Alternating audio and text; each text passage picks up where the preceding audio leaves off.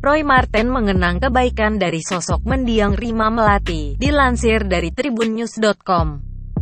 Menurut dia, Rima Melati sangat membantunya tatkala mengawali karir sebagai aktor, saat ditemui di rumah duka RSPAD Gatot Subroto, Senen, Jakarta Pusat, pada Jumat, tanggal 24 Juni tahun 2022. Roy bercerita saat itu dirinya diajak Rima untuk ikut fashion show dan mengikuti jejak Rima Melati.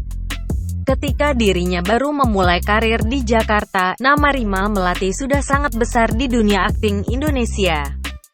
Rima Melati diberitakan meninggal dunia di RSPAD Gatot Subroto, Jakarta Pusat, Kamis tanggal 23 Juni tahun 2022.